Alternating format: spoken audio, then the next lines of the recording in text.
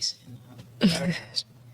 Welcome back to another episode of the You Weren't There podcast. I have two amazing guests with me today. A long time coming on this one. To my left, we got DJ OGBri. To my right, we got my boy TeejSmoothDude. Go ahead and introduce yourselves. Give us a brief intro. What's going on, y'all? It's DJ Bri Mafia, aka OGBri. Yeah, thank you for having me. So excited to be here again. Teej. I don't want to knock the nigga. You know what? Man, I'm high, man. I'm trying to relax, Like man. you've never been here before. I'm on a You Weren't There podcast. I'm trying to Act relax. like you've been here before. Chill, Act like you've been somewhere. man, you know, it's TeejSmoothDude, the Prince of DC, Wave God, Mr. Pacquiao Show, all that good stuff. It's a very interesting intro, Mr. Pacquiao Show. That shit was a lot more humble than the first one. It was. It was so much more humble this time. The first one was like, I didn't like it, but I mean, you know what I'm saying? So now we got to bring it out, you know, which is fine with me. So starting off, I know I asked you guys this before, but I think it's important. We're going to start with Bri this time. Bri, when you look at your role in the city, how you move in the city, what your legacy is as it stands right now, how do you feel about yourself? I'm gonna say this shit again. Proud transplant, you know. Everybody knows I'm from Delaware. Everybody knows I'm not from the DMV. So I feel like I am the staple of who you should be if you're not from this community, how you should invest, how you should give back, you know, how you should not take away from or exploit others. So yeah, when it comes to the DMV, I am a proud transplant and I hope to set the role model for others. Amen to that. Teej, we know how you feel about yourself, but go on and spell it out for us. When you look at your life, your legacy, all you've done in DC, all you've accomplished, what do you say? You sure that's a lot for? That's fine. Talk to him. That might be the whole podcast. We have, Talk to we him. have keys. We run this shit. Oh, okay. Go ahead. I'm just letting y'all know. Yeah, all right. Let me check the score real quick. Okay, show my parlay hit. All right, but no, I think I've done a lot for the city, like just to be like off the no joking stuff. Started out as a promoter. Well, actually, I started out as in a band and blah blah blah, influenced by Go Go. Became the top promoter in Go Go, top host in Go Go. I started DJing off a podcast and ended up DJing in Love and Ibiza and all that kind of stuff, and then started running Ibiza. Made DMV rap hat before it was hat. Heard it here first, yo. It was, 2011. Nobody wanted to be a rapper except for the ones that were rapping. Everybody, it was still go-go bands being created in 2011. So shows still being packed and all that kind of stuff. So, but also that goes a lot into the predecessors, the Dre All Days, the 20 Bellows and all that. Like, I'm one person, like, I boast about myself, but I will always still get homage to the OGs and the people that came before me. You know what I'm saying? So, you all know that. yeah, like I said, I'm always give myself my own flowers because half the people ain't gonna give them to you even though they know they should. So, but I always give out them flowers as well. So, but nah, I've done a lot. I had the number one podcast in the city before podcast was even cool. Shit, even the marketing and corporate marketing, like my region, I was running marketing for DTLR. We got like a lot of stores nationwide, and DC was number one in sales for the 5 years I was there running marketing. So That's lit. That's so lit. you know. All right. Well, we respect that. You know what I mean? Like, we respect that model here. And, as I said before, I want to make sure I give both you guys your flowers. I mean, there's no denying the work that you put in, right? And it doesn't matter how pretty the pictures are on Instagram or, how many views and likes you get is how many asses you can put in the seats, ultimately. That's what everything boils down to. You can't get people to come out to things. Then you got to start, like, re-examining your view of yourself as far as, like, what you're doing in a given space. And I feel like now and forever for me, it's always been Teej. And I feel like Bri she got the baton right now. So You know, I think it's important to let you guys know that we do love you, we do appreciate you, we value what you've done in the city, we value the motto, and if nobody else tell you, I'm gonna tell you. You know what I'm saying? Thanks, Mia. Let's Me get to too. the Yes. you know, there's a lot of talk in the city. I think from artists specifically, right? Because I was one, and now I'm in a different creative space. That feel like there's no support at home, and that feels like it's so hard to accomplish things on a higher tier in DC specifically. Now, I think I know so many artists from so many different areas who feel that same way. If you talk to artists in Memphis, they feel that way. You talk to artists in Atlanta, you know, which is really like was the hub of hip hop for so long, they feel that way. People in other cities, states, all across this country feel like they don't get the love that they should in their city. But in DC specifically, in the DMV specifically, what have you noticed as far as like the love and the accomplishments as far as like being able to advance in this market? I'll let you go first.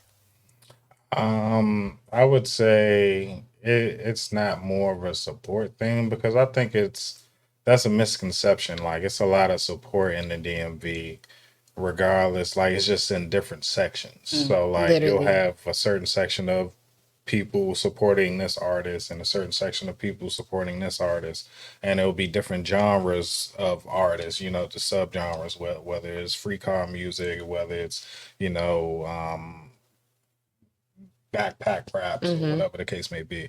So I think it's a misconception. I think it's enough support. I think it's no structure. And what I mean by structure is there's no big labels here. There's no big label executives here. No machine. You know, majority of these big cities, whether it's Memphis, whether it's Atlanta, some, you know, Miami, New York, Los Angeles, like they can go walk in a Universal and say, hey, and try to get their mixtape played or whatever the case may be, or be in a club with an executive from one of these labels and your song is playing and the club is going up and the executive sees it and like, okay, you know, so like, I think the lack of a machine here has stifled the growth of DMV hip hop music in general, but now with social media being prevalent, like it's a lot of things that can happen. So right, for sure, there's a lot you can do on your own now, like a vehicle that you don't need other people for, which is certainly different than the way I think it was like, you know, when Teej first started, when I first started. Like the machine has gotten so much bigger. I mean, the problem with the machine now is that the algorithms control so much of it, right? But all it takes is like the right view, the right algorithm for you to hit and move. Yeah. So, I mean, it's a beautiful thing because I feel like luck is on your side in a way that it really never has been before. So I agree with you there. But I do agree that like there's an issue with destruction. And I'm going to get more into my explanation on that. I'm going to let you go first. No, I'm piggybacking off of that. Like the DMV lacks an infrastructure, like no label, no actual like local public like syndication, no magazines, radio, no A&Rs, no, you know, managers. There just isn't an infrastructure. But going back to like being successful, like I don't think people realize like how big the DMV is and how many pockets there are. So it's like if you're an artist and you have 20 fans, you know, and you put yourself on a bill with 3 other artists with 20, 30 more fans, you put a DJ on there, y'all can sell it 100 cap, 200 cap venue just like that. So it's like I think that a lot of artists, because it's the DMV, their perception of success is like kind of like stunted based off of like, you know, you look at Go-Go and you look at Wale. You know what I'm saying? Those are your 2 leading examples of like peak before DMV, like, you know, that segue between like local music and go-go music. And I think that's like everybody's like perception of like success. So like, damn, why am I getting this? But it's like success is just having a following. So like focus on that small following and then from there it grows. But I think a lot of like, and I will say the attributes to, you know, because there is no infrastructure and there is no machine, there is a fake machine out here. And there are people that do think that they run stuff out here.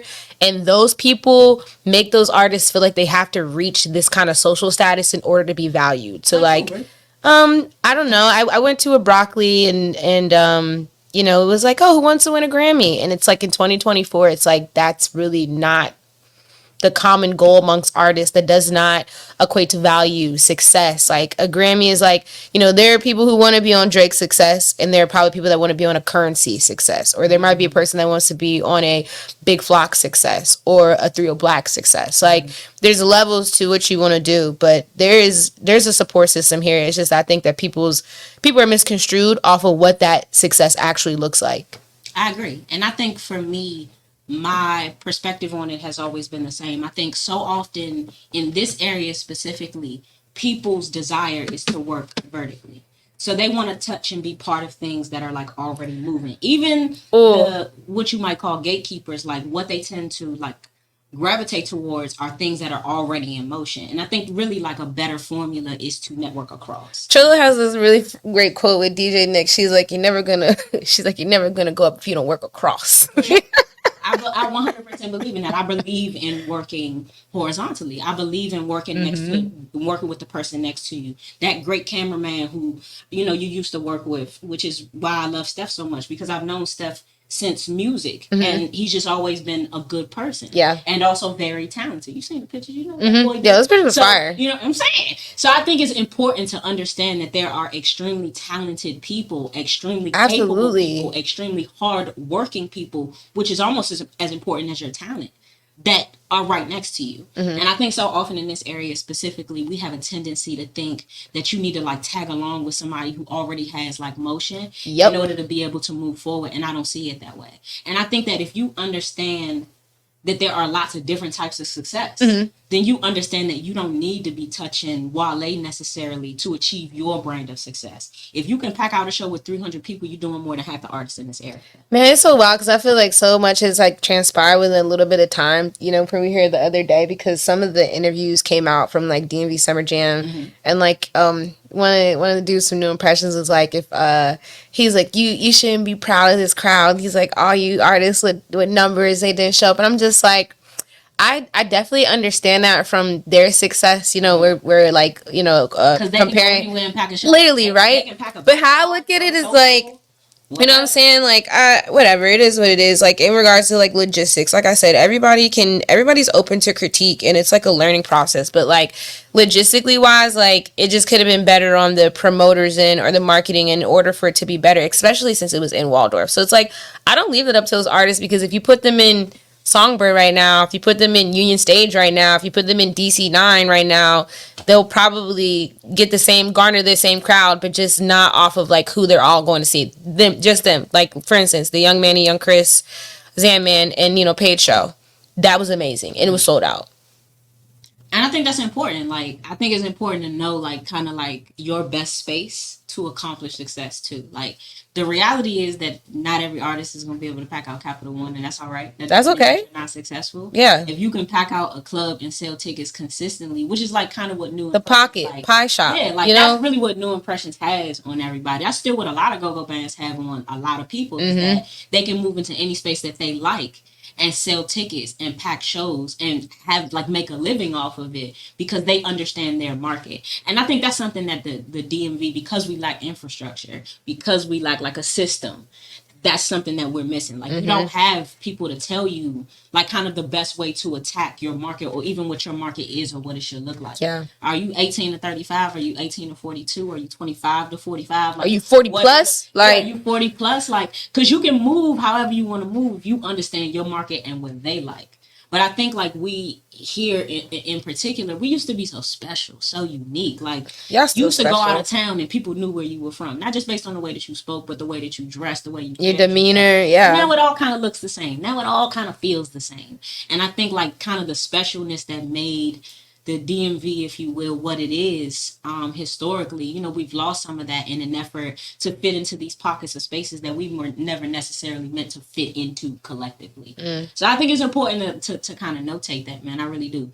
As far as I think like some of the obstacles that y'all have encountered, right? And we'll go back to Tej on this. When you look at like kind of the course of your career, what you've encountered in terms of things that have built your success, but also some of the things that have been a hindrance to it, what do you feel like were like the biggest hindrances that kind of like built you up, but also like kind of got in your way? Timing. A lot of things don't happen, not because people aren't talented or they have the right connections or they spending the right money. It's about timing. If your timing isn't right, like it doesn't matter how much money you spend, who you know, what features you have. You can have Drake on it. Like if you had a Drake feature right now and you dropped it, like it really kind of wouldn't matter just because the timing is off. Just because That's a good example. the whole That's a really good example. For sure.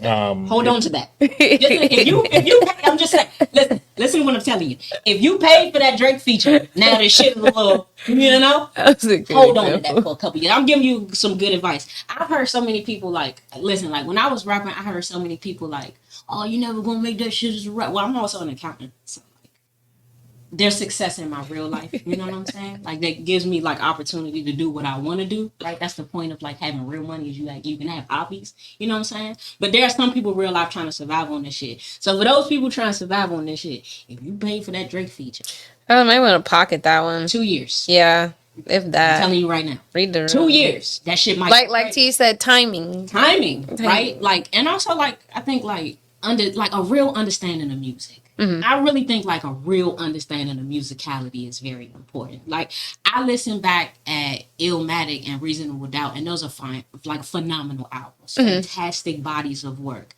But the beats, though, to me, it just don't. Like you gotta really love hip hop. I feel like to still love the beats on those albums, and then you have albums like Ready to Die, where you play One More Chance in the club tonight. You got a good chance that club's gonna go up, maybe. Yeah.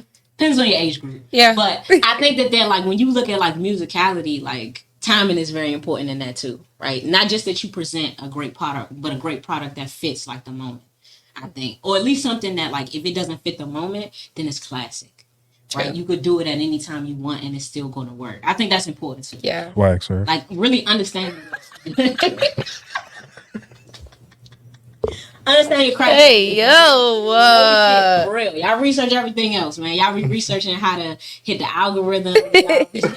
How to build your brand awareness. Y'all research how to like expose and exploit the markets that you in so that you get more views. Yeah. Knowing the craft is important too. Right? Is that your only challenge though, timing?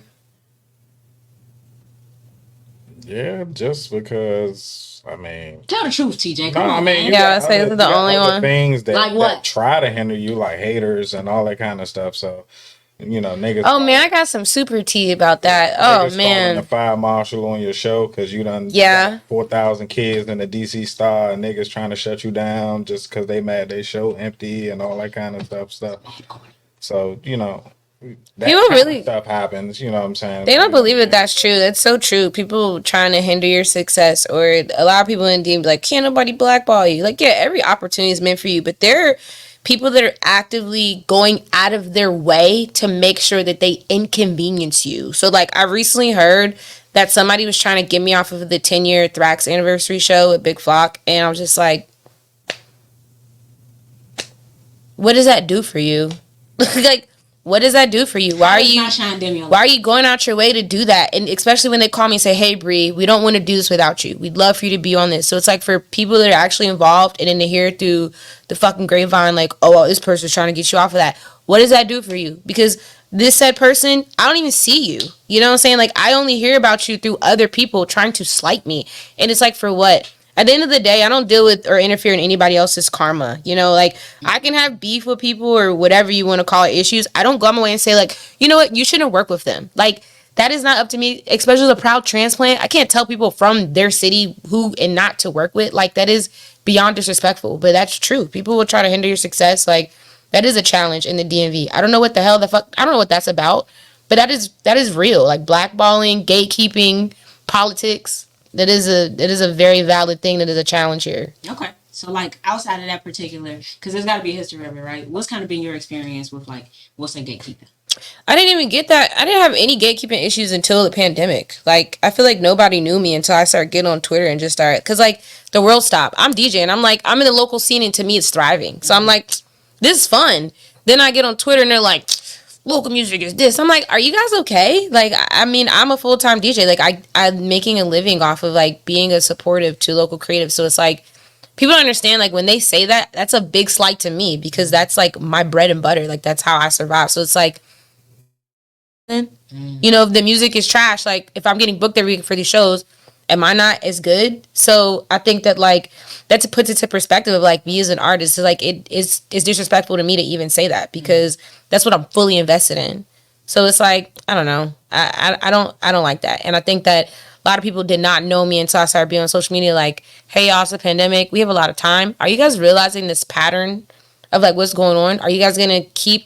Because repetitive actions warrant repetitive results. Like, how are you going to change things if you don't speak up and do something or say something? For sure. So, you know, yeah, a lot of people didn't know about me. And then when they found out about me, they were just like, yo, where'd you come from? And I'm like, I've been outside.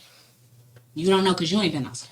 Literally. That's kind of how it works. And I still don't see these people. That's the issue. I still don't see these people. Like, it's like a handful of things, or like it's certain things that you'll see those type of people, but it's like I don't see them just going out their way to be like, you know what, I want to support this artist tonight. Like, oh shit, it's cool to see you here. Like, just being you, just being a supporter, a DJ, a creative, you know. So I think we don't give enough impact. Like, we don't give enough credit to how important it is to be outside, how important it is to support these shows, right? I think I came up in a time where, like, you know, people spam me with their music, but then they don't come to your shows to support. Yeah. They want you to come to their shows, but don't come to yours. Want you to listen to their music, but don't listen to yours. That doesn't work. You know what I mean? Like, mutual support is very... That's why I'm the DJ that I am, because it's like, I don't pick and choose who I support. Yo, you want me to come? You have something going on? If I could be there, I'm going to be there. Like, I have no bias, especially being from Delaware.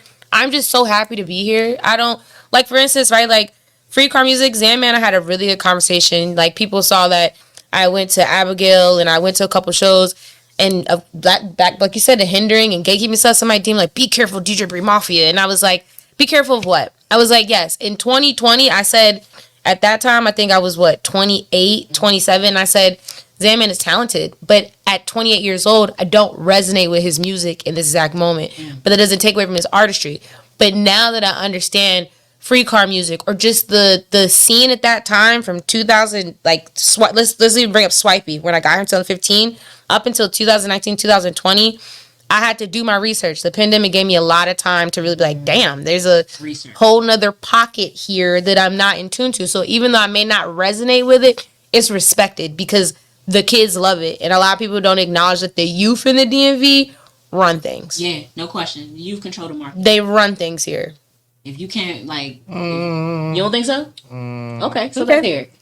I mean, when you say kid, what they run YouTube? Because they don't have no events and stuff. I mean, at DMV Summer Jam, they were young. It was majority kids. And Backyard did Restaurant 55 and probably had half the amount of people. True, yeah. Yeah. And that's a weekly thing. So that's a one-time thing where you see maybe 800 kids as opposed to No Impressions, TCB, this person, Abigail, Rosebud Saks, and all these different places that are open that are for entertainment that are older people. Right.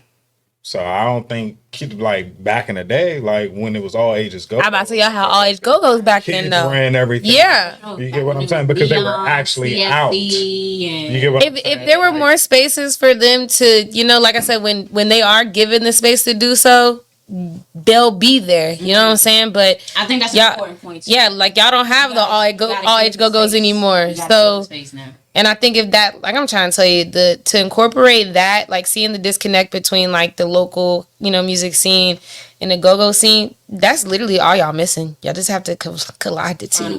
There's no reason that one of these big artists like Flock shouldn't be practicing one of the go-go bands to do some kind of fire-ass show. Y'all late. And live, and, like, put this shit on YouTube. Y'all late.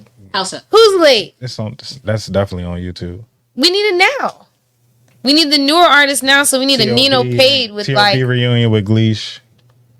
Leash, though. Like, come on, what about the other artists, though? What about the newer ones? Like, niggas should get with Sparkeem and run it. It's already been done. Yeah, it's already been done, but, like, we gotta do it again, though, because it's been done. But like you said, it's all ages, though. They can't come. Like, the all age go-go's, like, you just brought up the other clubs and stuff. Like, Where can we get it to where it's like everybody can be involved?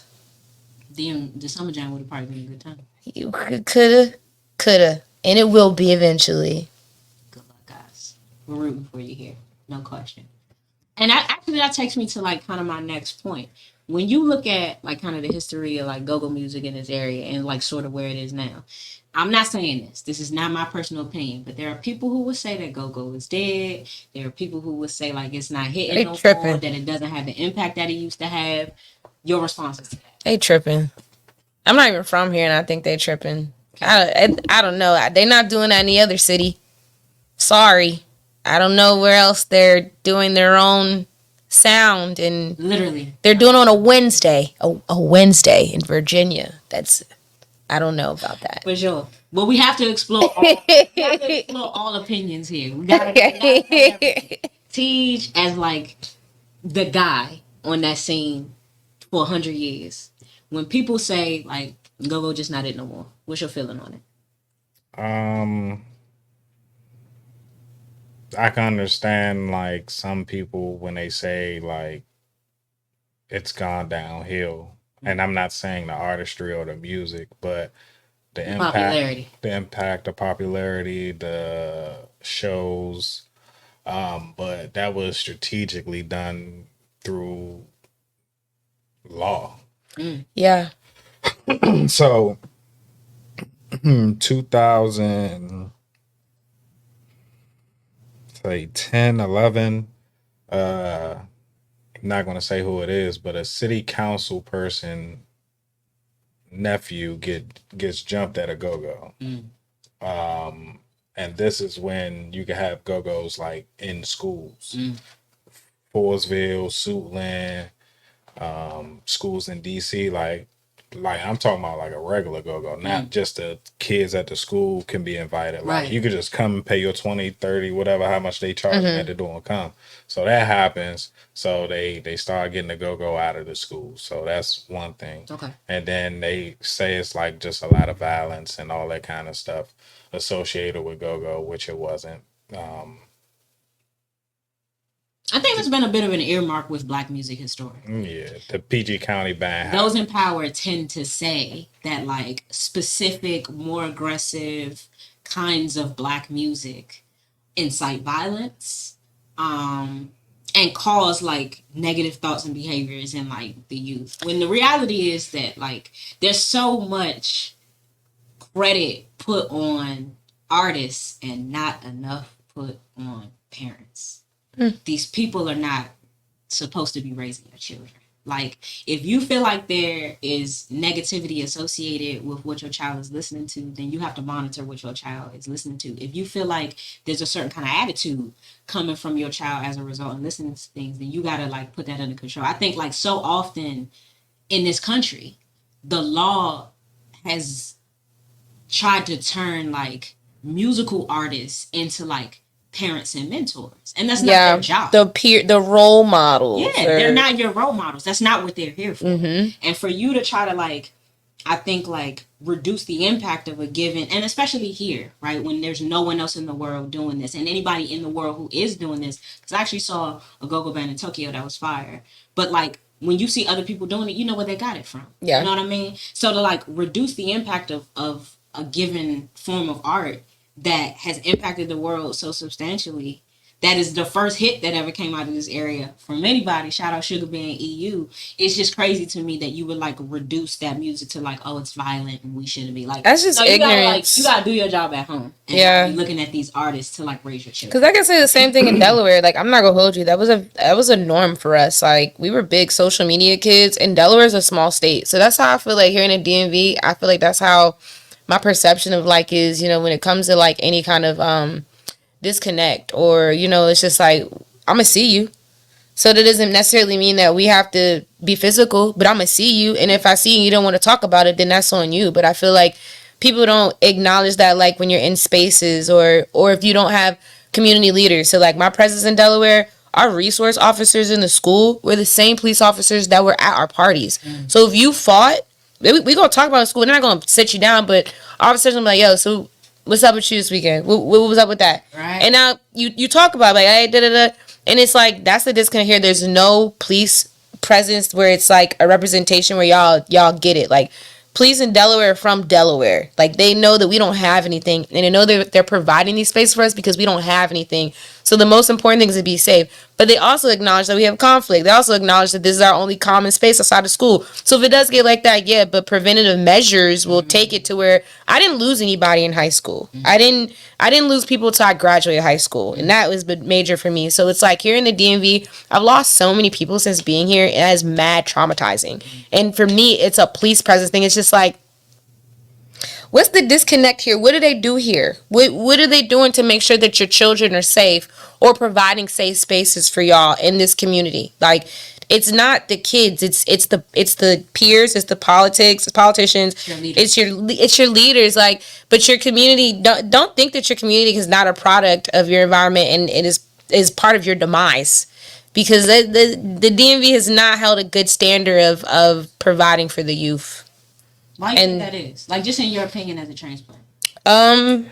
All right, I'll talk about it. Just like the PG County, Prince George's County conversation. Like, people don't even realize that, like, y'all segregating your own communities, and we're black people. I don't even know what type of black you identify with, but it's like, it's prevalent and it's real. And it's like, if you want to avoid uncomfortable conversations and realize that there's a disconnect in the African diaspora about what's going on, we need to talk about it, because there's no reason for it to be elitism if we're all living in the same fucking communities. Please, you're not about to be my neighbor looking at me side eye.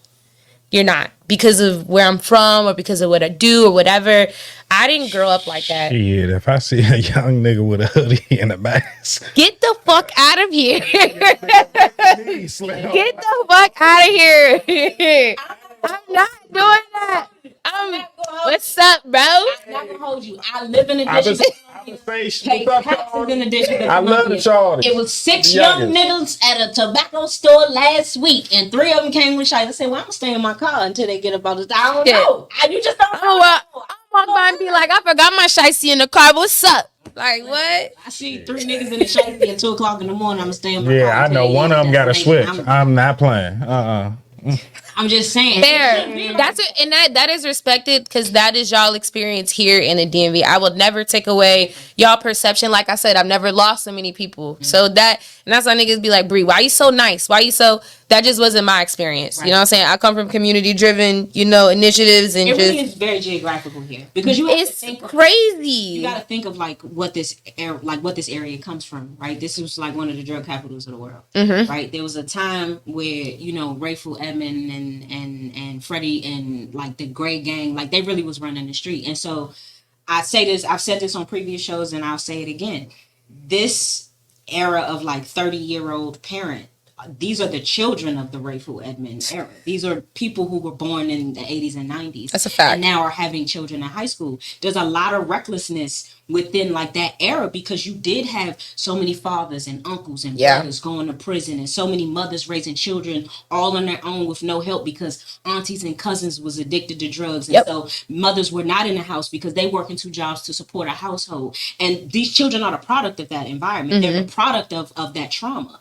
And so, and that's not to make excuses for anybody out here being reckless and hurting people. We're not making no excuses. But the truth is that I think like so many young blacks from inner city areas really have PTSD, and that's not absolutely like the trauma that we experience, the trauma experienced by these kids here on a regular basis, which is historic, going back to that Rayful Edmond era. It really impacts you in a way that gives you PTSD, and there's no consideration for that. And then also, when you look at the creative scenes in this area, there are less outlets than ever for these kids. So it's like, if you come from an era where your parents are the children of the crack era and are now raising you, and an education system that's one of the worst in the world and one of the richest cities in the world, and all of that combined with the fact that there is no outlet for you, like, I feel like there are enough wealthy pockets in DC to be able to build more community centers. That's crazy. To be able to put studios and camera equipment in these community centers, and you lock them up after hours,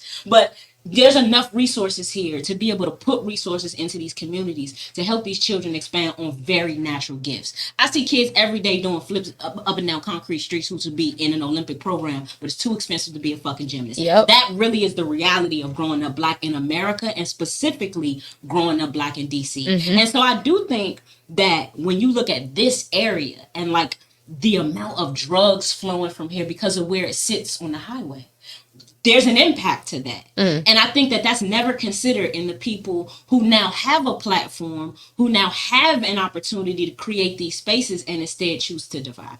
Yeah. We're not going to say your name today. Yeah, I mean, we can. You know. We can.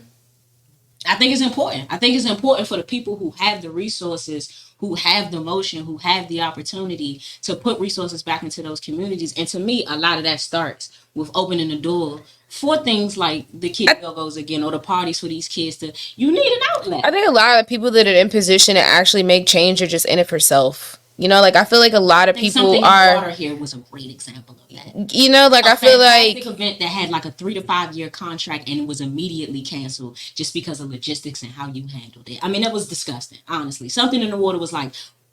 I went to the first Something in the Water that was in Virginia Beach, which was legendary. One of the best festivals I've ever gone to, and I mean ever. And I've been to Coachella, Made in America every year, Bonnaroo, like Lollapalooza. I have been to them all, and it was by far the worst.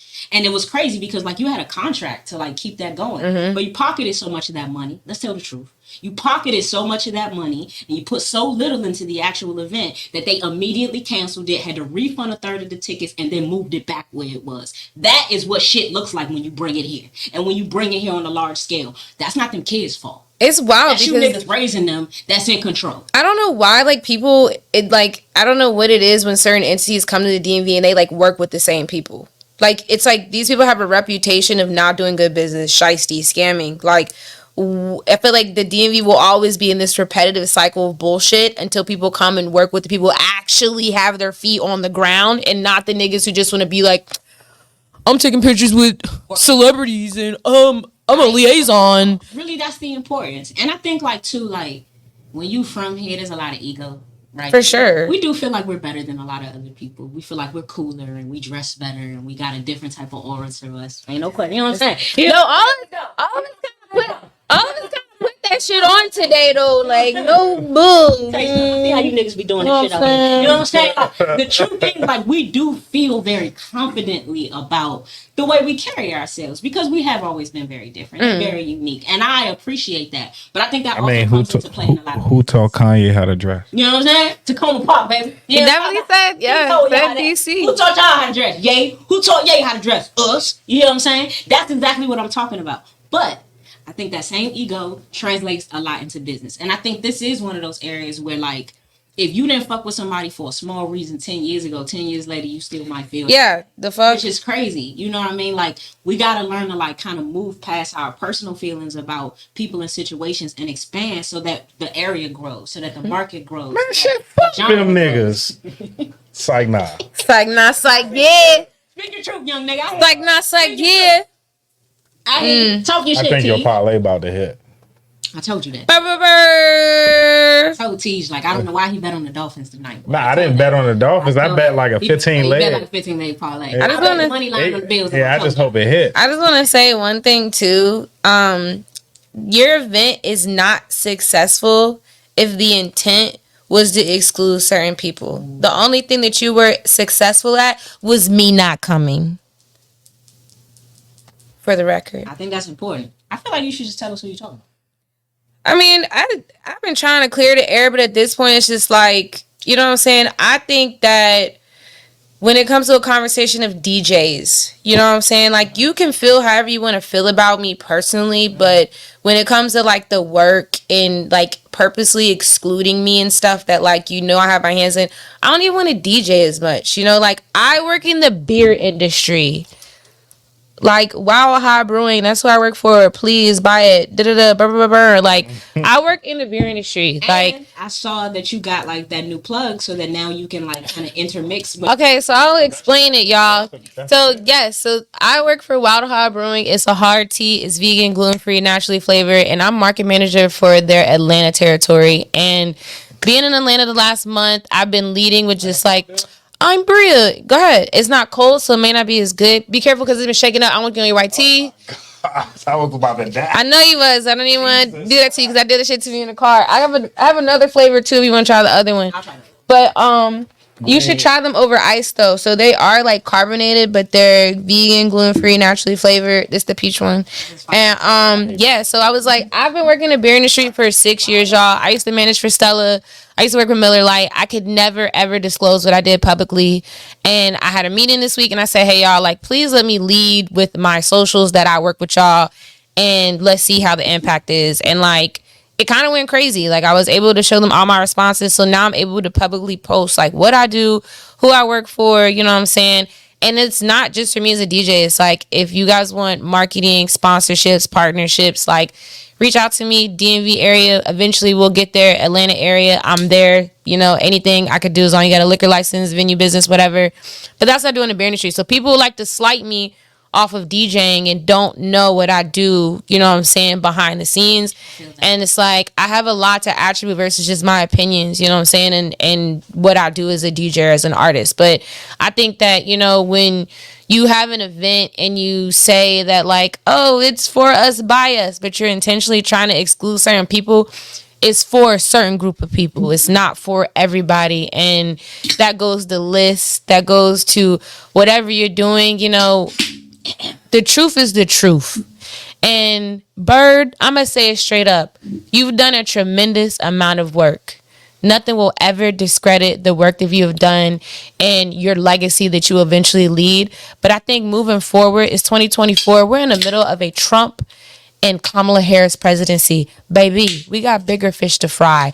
And if we don't invest in community and if we don't come together, is never gonna go up. Like you said, we cannot go up if we don't work across, baby. It's time to cross them paths, baby. So I'm ready for the Made in the DMV, for the DMV collab. We could do a festival or something. Like, girl, I have no problem with you. I never had no problem with you. Like, for real. Like, let's put it out there. Never had no problem, for real. Like, dead it. Like, for real, you are a phenomenal being. Like, nothing will ever change your history here. But I think that, like, what's gonna make you the bigger legend is when you put all that bullshit aside and say, you know what, I'm ready to step shit the fuck up. We got to step this shit up. We ready for the next level. So, Bird, all love to you. All love to Maine and DMV. I wish I could have made Spin Conference, but me and Trilla took a mean nap. We took a mean nap. We missed it. We was going to come. But the next one, I hope to see you, talk to you, clear the air. Because, boo, I'm tired. I'm tired. And we've talked about Made in the DMV before here. And I feel like people's personal feelings have a tendency to override their common sense when they get emotional. And I think people tend to focus on a soundbite as opposed to focusing on the entire idea. And so I will say, you know, I've had a shit ton of experiences with Made in the DMV, some negative and some positive. But I think ultimately for me, and I said this in the show where she was talking shit about me on Twitter and then blocked me. The work I'm blocked too that she's done in this area is phenomenal. She's done amazing things here and she's tried her best. But I think the problem is when you've put in so much work and so many man hours and you've had to work so hard to get where you are, I think you start to feel like giving people opportunities is just too easy. And giving people space to be able to like enjoy some of the fruits of your labor is unfair to you. And I think that that's the wrong perspective. I think the perspective should be that if you had to go through hell to accomplish what you've accomplished, that the desire should be to make it a little easier for them. For the next one, yes. Not to make it just as hard because you feel like that hard fought labor is who made you who you are. No, it's the accomplishments that make you who you are. Not the hell that you go through in order to get there. And I think that that's the wrong way to look at it. And I think that that is a typical way to look at it, you know, of somebody who was more focused on the soundbite than the conversation. And so for me, I encourage that. Like, and we're not just talking about Made in the DMV. There are gatekeepers here. Those are the realities. And I think I I've had enough conversations with other artists in this area to know that that's true, that to know that there's a lot of bad business being done. But that's not really the focus. The focus is that if you work hard to accomplish something, you make it easier on the generations coming behind. You don't make it more difficult. And if you had to work hard for something, then you share the fruits of that labor. Because I think for me, I've always seen it this way, because this is the way that my mother is. Your hardship should make you more compassionate. If you let them make you harder, then you've already lost. So any situation, any perspective where you feel like the hell that you went through should be passed on to other people because that builds character is a very flawed and a very antiquated way to see things. Try some gentle parenting. Yeah. Right? If you feel like you the mother of all this shit, the father of all this shit, whatever, try some gentle parenting next time around. Because I think that your hardship should make you more compassionate to people, more compassionate to their struggles. And especially because there isn't the infrastructure here. And I think there's less infrastructure than ever before. Right? You can snap and you can hit based on like kind of what you're building in your social media. But if somebody is talented, then them having 10,000 followers should not impact whether or not you desire to see, get to know, and to listen to that talent. Facts. But I think continuing to like encourage and push people who already have a platform when there are thousands of artists in this area who are extremely gifted, extremely talented, and could really use some of that push. It's naive of you to think that you could still be the man in the industry or whatever doing business like that. Yeah. So, I mean, more than anything else, right? And I know she's only going to hear the like, oh, like, she sucks. But that's not what we say. I can't control the way you perceive information. I don't give a shit because you, like, can't beat me up or whatever. But at the end of the day, like, how you treat people, that's your legacy. You can feel however you want to feel about what the fuck I'm saying. But how you treat people, that's your legacy. What people say about you in the rooms you're not in, that's your legacy. Really examine what your legacy is before you get to talking about people. That's all I'm saying. But it's all love to everybody, man. For sure. We love everybody. And we ain't going to keep going into that. We here giving flowers. It's all love, man. But I say that to anybody. You know, let your hardships make you more compassionate. Don't let them make you harder. You already lost when you do that shit, man. For real. What do you think? I know. Oh, you're the T. I'm sorry. That's just sweet. You like it? Yeah, I'm glad you like it. Yay! Yo, so no, like you guys gotta put it over ice, and you'll get. It's like Manna the Green and like black tea. You'll get those hints afterwards. It's nice. It's a nice little sipper. So yes, wild tea. You know, our competition is Twisted Tea, so now that you got Twisted, it's time to get wild, baby. Shout out to my manager, Steve. You know what I'm saying? That was marketing right there. That was good. Do it again. Now that you got Twisted, it's time to get wild, baby. T-shirts dropping soon, period. Wild, Ohio. Yeah. Go get yours. That was smooth, right? They're gonna love it. Come talk to me. Come see me. I think I did fantastic. It was a fantastic commercial. Y'all can use that. Come talk to me. You know what I'm saying? That was good. I got a question for you, brother. As somebody who kind of like started rapping the DMV, right? No. Kinda. Whoa. Kinda. No. Kinda. Wow. First real one that I remember. No, I can't even say that. Like starting rap it. Like I'm like when I say things on Twitter, I'm very careful with my wording. Okay. So I made sure, like I say, I'm one of the reasons DMV rap is hot. Now I started. Why do you say that? It's the truth. Go through the resume. Give me your resume. Go through it. I mean, it goes back into the story I was saying earlier, as far as like the whole thing with the government, like kind of shutting down go-go's and all that kind of stuff. The PG County ban happened. And it was very limited spots in DC for go-go bands to play at. Majority of the shows was in PG County or Charles County. Okay. So you had the Icon, you had the LOL, Thai Seafood, My Brother's Place, all that kind of stuff. All right. PG County ban happens, boom. So now you got to go all the way out Waldorf to go to the go-go. And that's really one of the only things that's happened at the time. My first go-go ever was in Waldorf. Pretty sure. Ever. I was like, where the fuck are we going? Big shows out there. Shout out to Charles County, man. A lot of love for the city came from those areas, man. Thai Seafood Cafe. Was it Thai Seafood Cafe? Was that what it was? Thai Seafood. Thai Seafood. I was close. You know what I'm saying? Right? I remember those days. It was important. But once that happened, like you got to really find something for the kids to do, and you really like rap was starting a buzz. Like you had Wale, but you had rappers before Wale, like what year we talking? Monet and all these kind of people that was, you know, rapping, or like Tabby Bonet was on like MTV Jams and all that before Wale. For sure. Yeah. You get what I'm saying? So like you have a lot of people, and you can go back literally to like the 90s where you got Fat Rodney and DC Scorpio and all these people. So like, you know what I'm saying? Like it's an era for era. Like, you know, you got your 90s, then you got your early 2000s, and then you got your late 2000s, and then like I said, you got Wale 2000. This is 2011. So basically, once they do the PG County ban, I had already started Crystal Skating Ring. I was bringing go-go bands in there just to host. They weren't playing; they were just hosting. I'm still doing 1,500 kids, 1,000 kids, 700, 800 kids each show. Like once a month, I'm doing a show. So once they say, "Oh, you can't do no go-go bands no more," I got to figure out like how to keep the train going, because some good money. You get what I'm saying? For sure. But I did Top Dollar Sweezy the first time. First time we did like Shout out 700 to 800 kids. Shout out Sweezy, man. Come talk to me, baby. I got ice. And we did Top Dollar, Fat Stacks, and then like somebody else opened or something like that. And then so we figured out we got something like sweet, and then everybody already coming to the skating rink anyway. So they give us every Saturday, and then once a month we do an artist. So the next time we do Top Dollar Sweezy again, boom, this joint 1,100 kids. Yeah. Then we do Shy. That joint do like 1,500. Then we do Trail. That joint do like 1,000.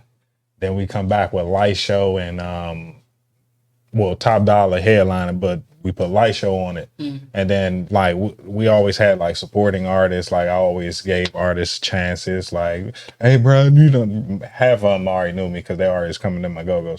Hey bro, I rap now. Can I get on the show? All right, bro. Let's see what you got. You know what I'm saying? But that's how it starts. What's wrong with that? What's wrong with a young artist coming up to you with talent, with marketability, with a product that works, and saying, just listen to it? Cause there's some pick me DJs out here. Like I learned in that live that I was on with Flo for like hours. Like Heat came on there.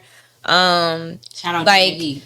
Everybody One came of the on there. best Academics, DJs 5'9" in the world. Yes. You know I love you, Heat. The That's best. it. Like We love literally. you. Hey, my bad, Bri. I No, don't you mean to good. cut you off. I just gotta say this about DJ Heat, because DJ, like, it's a lot of DJs that's working on payola.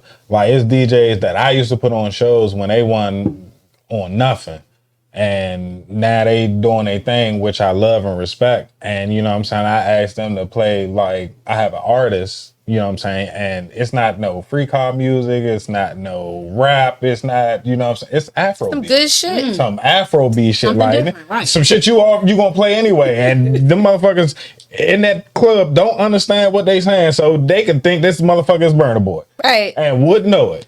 But you know what I'm saying? Niggas try to charge Niggas me, drunk. Play that new bruh. music. But niggas trying to charge me. Swag surfing me to Niggas say, goddamn Stop. niggas say I paid. Niggas say, yeah, give me 500. I'm like, What? I'm not about to give you 500 for a 30-second snippet and a quick shout out. Shout out to such and such, such and such. Like that ain't gonna work. But DJ Heat, she played the shit in the Wizards game Yes. for free, just off the strength, Just off the off humble. the muscle. DJ Heat has definitely played my music. And notice that I said, like, I didn't ask this person, like, this is a random DJ, and I just asked them to play. This is somebody I put on shows and put money in their pocket type shit. You get what I'm saying? So, like, that's what I'm saying. Like, it's some of y'all DJs be wild as shit. Yeah, a lot DJ of Heat, man. there's A DJ with a lot of, like, just like a good person, man. just an overall just It's okay good to be a human good person. being. Like Yeah, it's fine he to just be a good always human supported me since day one. Like I just success. as for me, like as a DJ, like I've always been a DJ to like put new music, like to put people on a new music, or like, you know, when I first started DJing, I realized like the local scene needed DJs. None of the DJs wanted to do that. But like a lot of DJs in the DMV are like pick me Diddy ass DJs. Like they want to take pictures with celebrities. They want to be on the mic. They want to be in the photo ops. Like it's about them. Like, and it's like, bitch, if you could put me in a room where you can't see me, I'll DJ. Like you don't got to see me. Like I'm going to crank. And I feel like If you just heard me, you know what I'm saying? I'm like, hey, like, let's get some motion in this bitch. But like, that's the problem. There are too many DJs that are for self, and they're like, what's that gonna do for me? Some of y'all playing your song. What's that gonna make me do? Is it gonna put money in my pocket? Is it gonna give me some meetings, some A&R, some labels? Is it gonna give me a plaque? Is it gonna give me some placements? Like, when you could break a record. People talk all day about me not breaking records. I didn't drop like 30 for the DMV mixes of like people just dropping mad unreleased music during the pandemic. Sure. Like, come on. Some of y'all DJs need to stay off the mic and just DJ. Yeah. I don't be on the mic. I'm one of them. I will stay my ass off the mic. I'm not gonna name this event because I have friends associated with this event and I don't want to give any bad names. But I went to an event. What Monique say? If you're not gonna name them, keep it on the playground. Let's play the guessing game. I would like for you to describe this event. Describe the event. Maybe we can guess and figure out what event it was. He's just the worst. Hey, but I will describe this event. So I went to an event where they were basically only playing, R&B records. And where was it? It was in DC. What venue? I don't recall. Was it a venue or a club? I don't know. What's the difference? I don't. Like Howard Theater is a venue, but like Rose Bar's a club. I don't know. I'm not in. God damn it! That would literally give it away. Guys, I don't know. Say his name when you lying. I'm just here for a good time. So what Dave Dash say? What Chatty Pat? Went to this thing. R&B, huh? And listen, a fantastic event. Had a great time at this event. Every time I went, and I probably went like 9 or 10 times. It's a great event. But something that I noticed at that particular event is like the genre of R&B is huge. Mm-hmm. I mean, there are so many places that you can go if you really know the music. There were the same 20 songs being played at all 8 of those parties. And we love those 20 songs, and so we fuck with it. Candy Ring, Can We Talk, DJ Fantasia, When I See You. R&B party who don't know to tap into some A. Marie or some Donnell Jones or some or some Tony Terry or some Anita or some Music Soul Child. It's great. It's crazy. Like the same 20 Bobby songs. Brown. I mean, the very first time I went to this event, and mind you, phenomenal time. This is a Tony great time. Tone. I'm not saying. But how many times you gonna go? But I went to that event. They played that "I Belong to You" shit by Rome. I fucking hate that song. By the way, it's trash. I don't care if you watching this, Rome. That song is ass. It's been ass. I never liked it. "I Belong to You" is ass. It's been ass. For 20 years. I never Shots fired. But it's a lot of people that like that song. Who sang that? Rome. I belong to you. The song is ass. Who the hell is Rome? Who's playing that at the R&B parties? They played that song 4 times that night. In the front. I'm thinking about it clearly. So you mean to tell me every DJ played that? R&B is too big a genre for you to have to repeat records in the goddamn. You're not wrong. Don't play with me. I didn't hear not one A. Marie record. I didn't hear no Donnell. I didn't hear no Anita. I didn't hear no. Damn. You don't even hear no Mary J. Blige either. I didn't hear none of that shit. You need to explain your rap. No Isley brother. I'm not fit. No Isley brother. Don't say goodbye. No Frankie Beverly and Maze. R.I.P. Rest in peace, Frankie Beverly, man. We love you. A legend for sure. No, I mean that's also too with the 2000s parties. I mean, I'm sorry. A lot of the DJs, like at the end of the day, if you're a DJ and you have the genres on your party, I'm sorry, I didn't grow up like that. Like me in Delaware, you had the DJs on there. Like my uncle's a DJ. You knew my uncle was gonna hit every fucking pocket. He hit, bro. My family loves like go-go music, bro. Like I got videos of my mom, bro. Like that is just our thing. So it's like you could always rely on my uncle doing go-go music, Baltimore club music, Jersey club music, the top 40. You know what I'm saying? Then a little bit of we had a little bit of Delaware. So Sap the Beat Man, Shiz Diddy. We claim Meek Mill. Percolator. It's time for. I love the percolator. I don't hear that often. The kids in Delaware, my uncle played that at my cousin's 18th, her graduation party, and they were dancing to percolator. And I was like, wow, this is the Delaware that I know. Yep. Like, I'd rather percolate over swag surf. Set it off on the left. Don't set it off. Set it off. Come on, man. Yeah, no, Open the door for me. Why do y'all hate swag surf so much? I got pictures of me doing the swag surf at my high school prom in 2010, and it's just like I think that swag surf is just the generic college person song where they thought that they were cool. You went to that gym jam or that little party at the Union, and you're with your friends. You thought that was great, and you're 35, and you still want to feel something because your life probably is not that exciting. So you feel really, really cool when you're amongst a group of people, and it's like, yeah, that feels great. I want to do that with my grandmothers and my cousins and my siblings. But I don't want to do that when it's like some fine ass nigga across the room and I'm like, damn, like I'm over here swag surfing looking lame as shit. And this man is like, I don't think that I'm sorry, but I'm not talking to no nigga that's swag surfing. And I'm probably not gonna holler at no bitch swag surfing the function either. Like, that doesn't look good to me. Pause. Teej, what's your thoughts? Teej hold the shit in there. We want to hear it. What's your You're not hollering at the shorty swag surfing, T. Respectfully, I know you got what you got on. But single, if you saw the shorty, she was with the circle and you gonna spit game of her in 2024? Are you I listen, mean, I don't have to worry about that. Is you fucking, I know I said that, but like in the party swag? So I can't answer that question, but okay, you're right. But I don't see hypothetically what's wrong with swag, like having a good time. You know what I'm saying? Like, how many good times we gonna have? What I will say. Listen, she say this once a month on Twitter. If you follow me, she say she hates swag once a month. No, the thing. Hold on, sorry. I can't believe. Hold on. Go ahead, so I can finish. I'm gonna tell you why I hate swag surfing, because no DJ has a different way. If you're here with your best friend right now, put your hand on your. If you came in with your best friend, every DJ so generic with it. Like, I haven't heard a DJ, because first off, the way it starts is it's really hard to transition.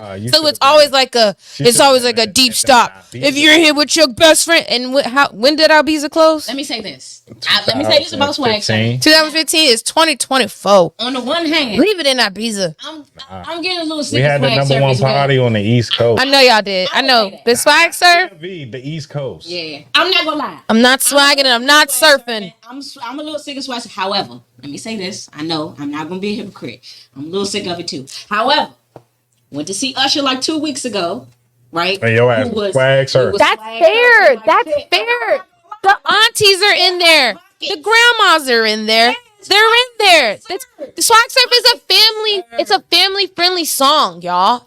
Like, I'm sorry, but I'm not a family friendly bitch in the club. Like, bitch, I'm throwing ass. Like, I'm here to throw ass and twerk and shit. Like, I'm not here to. Where's my best friend so we can swag surf? I did that when I was 18. Like, bitch, I was all Four Locos and fucking Smirnoff Green Apple. Like, I'm not in that phase anymore in life. Like, I'm a baddie. Like, bad bitches is not swag surfing. Like, the baddest bitches is not swag surfing, y'all. Bad bitches dancing too. I'm just curious. I'm not one of them. It's sexy. So Sexy Red, Glorilla, okay. Megan. We also listen to free car shit. I love me some motherfucking Nino Pay. I love me some Paco Panama. I love me some Having Motion. I love all that shit. Like, what anything Spark King produced in there. Manny, Svizzle. You know what I'm saying? I love go-go music. I love Baltimore club music. Baltimore is fucking lit. What? Oh my God. I love bounce music. Atlanta put me on the bounce music. What? They fucking love that shit. Oh my God. I gotta ask the transplant a question. What's your favorite go-go song? My favorite go-go song? Because of Chilla K, Found Myself a Clap. That's typical. My favorite one. Okay. That's my typical is Sexy Lady, please. Yeah. That's typical. Not everyone knows. Found Myself. That's my favorite one. I'm good with the line, but please don't play that shit. It's a set list of typical. Like, so what's your favorite? And don't give us your tape. We don't want to hear your tape, your song. Yeah, Splash Girl 71603 Powerhouse Tour at the Metro Club. Jesus Christ. How would I know that? You were probably there. Were you there? Were you there live? Nah, I was in Louisiana at this time. But around that time, you were probably active. Like, he was active though. I was definitely on PA. I'm not gonna hold you. So in Delaware, we two-step. So it's like we have a dance called swagging, and it's like a bop. It's just like a 1, 2. So when we heard go-go music in Delaware, like in high school, it was so fast we didn't know what to do because we're two-steppers. Like we were swagging, we were bumping. Grinding. Do the dance real quick. Let me see it. I mean. So like do the dance. Swag serving. Well, I'm sorry, not swag serving. Fucking swagging, like the dance. Like I'm the guy, right? Okay. And there's a girl, and like you take her hips, and you guys are moving your hips, and y'all like bouncing up and down. It's like a bop. So like, but it's still a two-step. We love the Delaware two-step. Gotcha. So with go-go music, it's like bop, bop, bop. I'm not popping nobody in the fucking function. So like that's how so like I'm like, damn, how do we do this? So then I came here and then Chilla took me to go on my birthday at U Street Music. R.I.P. U Street Music Hall Privilege Lounge. I got a bone to pick with y'all. Period. I miss U Street Music Hall. But Chilla took me a go there. It was like what was it, like the karaoke go? I can't remember what it was called, but Walt was hosting it. Crank Karaoke. There you go. And it was fucking lit. Oh my God. That was the day I became a believer. I was like, this is amazing. I'm not gonna lie. They was throwing ass all night. I'm not gonna lie. I went to a go-go like last summer and with my 30-year-old ass, and I was in that bitch like, I mean, it was like one of the best nights of my life. I've been to like 52 countries, and that was one of the best nights of my whole life, was watching New Impressions crank out at Sunny Hoffa's barbecue last summer. Hold up. This nigga said I've been to 52 countries. That was a flex. God damn. Yeah, you don't be on her Instagram? Why we gotta play these? I be living vicariously through those stories. I don't gotta say now. I'm definitely in the like 20s. Just the boss. But I also go to like the same countries though. Like I be, because I've been to Turks and Caicos like 7-8 times. I feel that though. I definitely feel like having favorites. Like I got one step my passport and I ain't mad at it. Been to 2 or 3 times, but generally speaking, like I think for me, I just am always like trying to experience something new. And the reality is that like all these places have different cultures. Like it's different everywhere, even if it looks very similar. Because I just got back from Brazil and I thought Brazil looked a lot like Peru. Brazil's black as shit. It's black as shit. Damn, that's another big Brazil's black as shit. Jeez. As a black person in a very hey, look, I've been so many places. This shit look like the other place. Not Peru. Brazil does look a lot like Peru. It's the mountains, like it's the mountains in the water, but like it's like isolated. It's a lot of islands. But seriously speaking, like I genuinely feel like I travel as often as I do because as a progressive black person in a generally progressive black area in an anti-progressive country, it's nice to go places where I don't feel like an outsider. And I felt like, now these people don't speak the same language as me, but they treat me well over here, even though they know I'm not from here. I feel that in a lot of places. I don't feel like an outsider when I go to these other countries. I feel like an outsider here sometimes. In my own country, in my own home, I feel like an outsider. So for me, like, it's necessary to like remind myself how big the world is. Yeah. Because I think being from here, there are people who have never left the 4 quadrants of DC. That is a reality in this area. That's a fact. There are people who will never leave the 4 quadrants of this area. And I think it's important. I think they left the quadrant. They went to Maryland or something like that. Nah, for real. I had uncles who've never left DC. Oh, shit. That's real shit. I know some niggas that's from DC and never been in PG. I know niggas in Baltimore that have never been in PG or DC. People that's not stepping over the line. We talking about people who don't want to. Yeah, they don't see the point. What's why? I think it's important to like expose yourself. And I came from a family where like my mom, she took us on a lot of trips as a kid, and so that's just like in me now. Yeah. So it's not something that I think about. It's just something that I was always exposed to. I think exposure is very important, especially when you're young. Yeah. But for me, like, nah. There are people who are never ever getting out of DC. You swag surfing out the country. It's a country. You was swag surfing in Brazil. I gotta go to Turks and Caicos to get the red snapper. You was definitely swag surfing in Brazil. You was swag surfing in Peru. I went to Curacao. They had a mean ass red snapper. That joint was torch. I'm telling you. And then go to Italy, and if you like lasagna, bro. Oh. Yeah. I love lasagna. Oh my god, the best fucking lasagna I've. Nah, for sure. You're not lying. I swear to God. Food. That's for sure. Where was we at? Positano? You know what? This is completely off topic and not relevant to any of the shit we talking about. But the truth is, when you start going places, I think one of the first things I noticed was the food. Bro, you talk about all the time. American food is shit.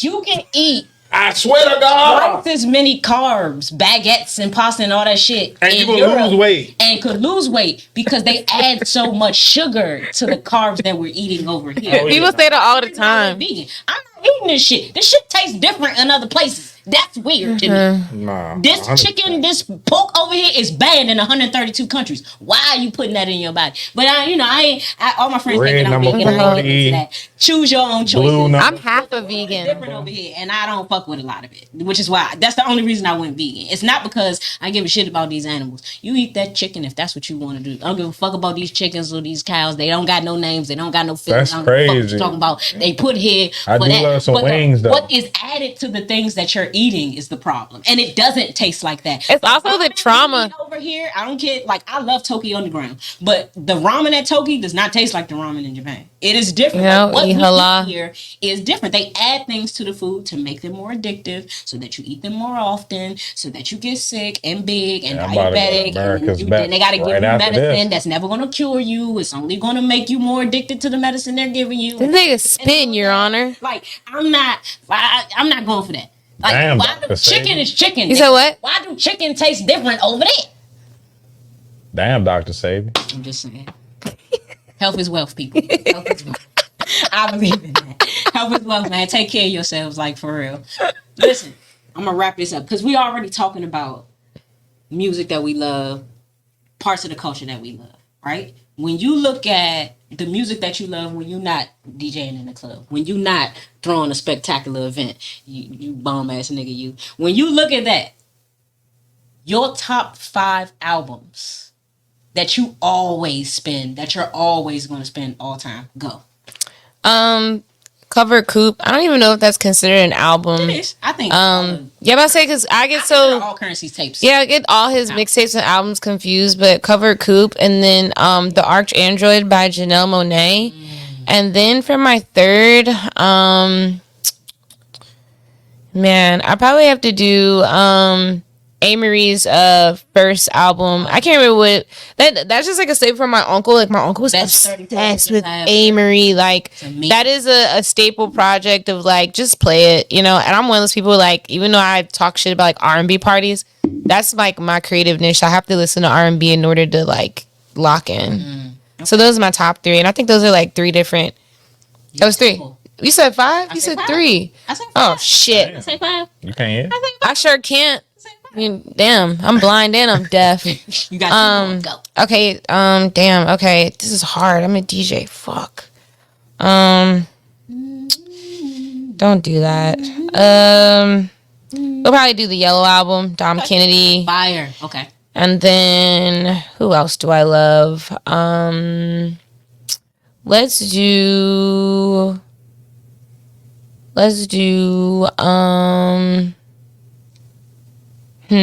I don't know. I can't pick a 5th. I can't. It's too many. Okay. Anything DMV, man. Like what the fuck? Like I have Paco in rotation right now. I have anything Sparky in rotation right now. And everybody that was on DMV Summer Jam, like I feel like I was already in tune to like a lot of those people, but like I'm going back to that and like, tapping in. So I won't give a 5th. I'll do a mystery album for that, but those 4 for sure. Okay, fair enough. What about you, Tej? Favorite top 5 all time? Go-Go tapes count too. Of course. Oh, sick of this name. Like, the fuck? Bobby Brown, Don't Be Cruel. Two. Wiz, Cushion OJ.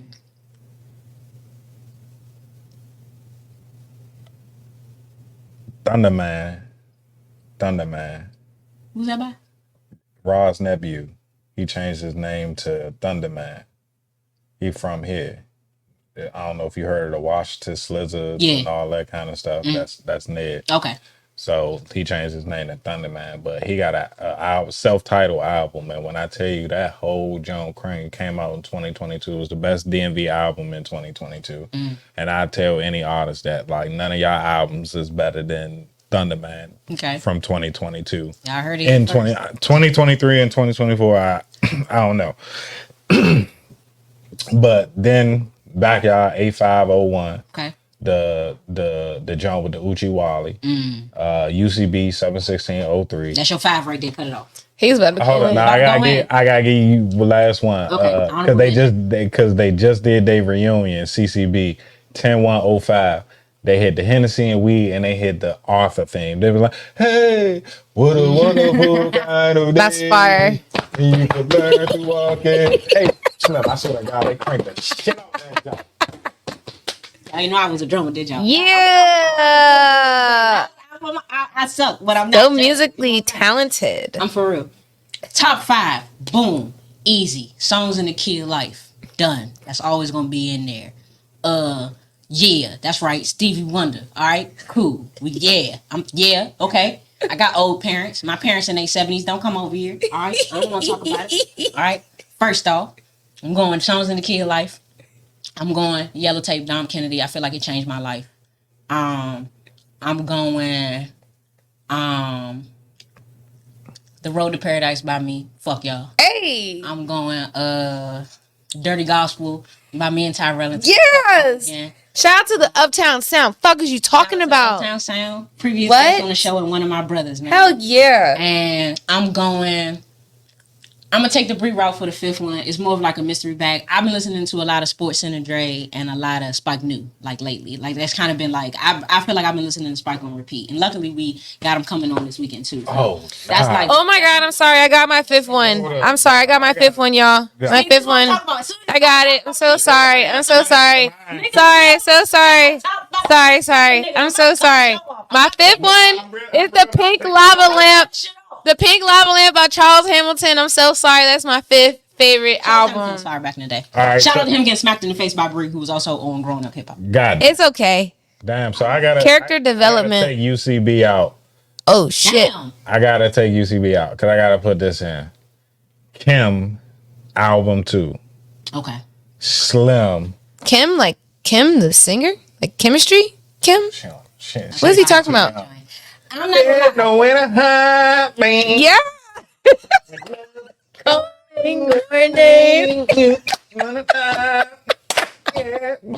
Love dogs. They know what I heard.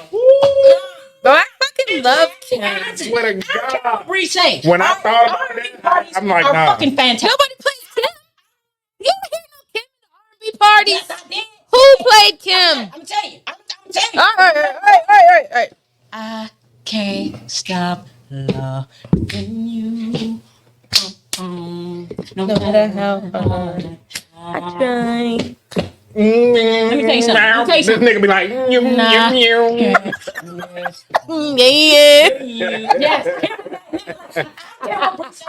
I love the R&B parties. I love R&B music. I don't like R&B parties. I don't want to hear that bump shit when I'm in a party. I want to do a nice little smooth. I also am a two-step. You can understand that. Oh, yeah. I want to hear a nice smooth set. I love the R&B parties. I just think that the genre is huge, It's broad, expansive, and there's quality in every decade. Niggas don't consult. R&B. Like with Trilla, we on the bill together. Horizons. I'd be like, Trilla, what's your pocket tonight, yo? Because we have similar tastes. I'm like, what's your pocket? She's like, I'm gonna hit this. I'm like, all right, I'm gonna hit this. That's what the DJs don't do, and every DJ wants to be like I want to play this. Like y'all niggas need to be like, yo, what's your pocket, bro? Yeah, stop playing. I'm hitting some of this Kim. Oh, that's a good. And you should up them niggas. That's a good pocket. Like them niggas don't do that. Like a lot of niggas be on bills, but don't really. Niggas be on DJ lineups, but they don't really be fucking with each other. Like fuck with them enough to really cultivate an energy and like chemistry. Like let's give them something different. For sure. No. I'll say this, and then I'm gonna close the show out because we've been here long enough. One of my homies is a DJ Loud, who's incredible. And he does a gospel pocket almost every set that he does. And you wouldn't think that it made sense or that it went off, but it goes crazy every time he does it. And it's a small segment. He only does maybe 6 minutes of it. But he gives you 10 songs in 6 minutes of the best gospel you ever. I never knew.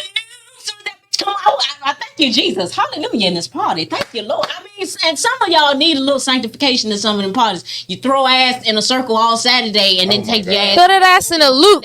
Loopy. It's nothing wrong with it. You know what I'm saying? But I love it. You know what I mean? Little, expand your horizons. That's y'all ain't been in the DMV because they be throwing ass the gospel. They do throw ass the gospel. We need to do better collectively, but I've thrown ass to some gospel. We all need to do better, and then went to church on Sunday morning. But you know what? Let me tell y'all something. All right, we're not gonna go too deep into this, but God love you just as you are, throwing ass and all. Listen, we love y'all. We appreciate y'all coming out. That's not Bree, everybody. give them all. It's not, but it's the truth. Do you think Jesus don't love the whole throwing ass? Let me tell you something. Mary Magdalene. Hallelujah. Shabbat Mary Magdalene was over at the well. Right? They was running trains on it. That's in the Bible. All right? If you know your word, you know what I'm talking about. Yeah. And Jesus was like, listen. On that note, your sins have been absolved. He loved everybody. Let me tell you something. Jesus was hanging around with murderers, with tax collectors who was the scammers of the time. All right? That was all them niggas steal your money off Cash App. He was out here hanging with the worst of the worst. You know why? Because he wanted people to know that he loved everybody, even the people who were the worst. The man who went on to spread the message of Jesus, Paul, was trying to kill the Christians. So don't you stop with me, all right? I was in church on Sundays. Don't listen. Bree, give me your social so we can get up out of here. You guys can follow me on DJ Bri Instagram, DJ Bri Mafia. Twitter. I'm not on Twitter right now, but OG_Bri. DJBmafia.com. For sure. Teach. Jesus did not love the hoes. Oh, don't you believe that? Jesus loves the hoes. He loves you. But Throw that ass in the pit. Throw that ass in the pit. Jesus Christ. TeejSmoothDude on everything. It's the same thing. For sure, man. And y'all know me, your one and only host, Mia was here on the You Weren't There podcast. Hope y'all love the show. We got another You Weren't There for you on Saturday that'll be out next Monday. We appreciate you guys watching. We appreciate the viewership. Make sure you like, comment, subscribe, follow the podcast at You Weren't There podcast on everything. I got a personal page, but please don't follow that. It ain't none of your business. God bless y'all. We thank y'all for coming out. Yay! Fuck Tua.